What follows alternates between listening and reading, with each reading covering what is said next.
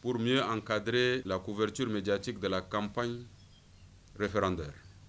La Haute Autorité des médias et de l'audiovisuel a publié le 31 octobre 2023 3 décisions. La décision portant respect des principes d'équité, de pluralisme et d'équilibre de l'information par les médias publics et privés pendant la campagne pour le référendum constitutionnel de 2023. La décision portant réglementation du temps d'antenne et de l'espace rédactionnel dans les médias publics pour le référendum constitutionnel. Et la décision portant réglementation du temps d'antenne et de l'espace rédactionnel dans les médias privés pendant la campagne pour le référendum constitutionnel. En complément de ces 3 textes, une charte des médias du Tchad en période électorale a été élaborée.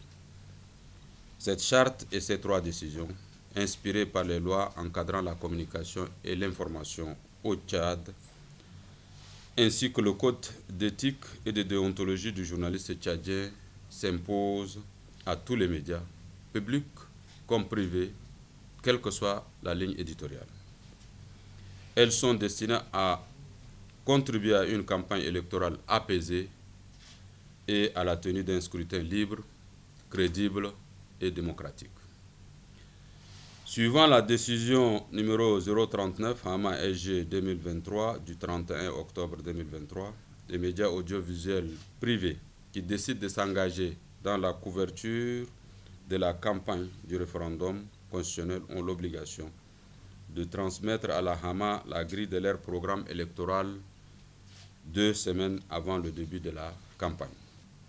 Les médias qui souhaitent diffuser les messages officiels de la campagne électorale peuvent s'approcher des services centraux et des coordinations provinciales de la Hama qui mettront à leur disposition les messages des 2 tendances en lice. Ces messages sont enregistrés à l'Office national des médias audiovisuels, ONAMA, sous la supervision des représentants de la Hama. Aucun organe d'information n'a droit d'enregistrer et de diffuser d'autres messages de campagne. Je voudrais alors insister sur votre responsabilité dans la promotion d'une campagne référendaire apaisée. Vous devez vous investir à plus de professionnalisme, surtout en évitant de prendre parti pour l'un ou l'autre camp.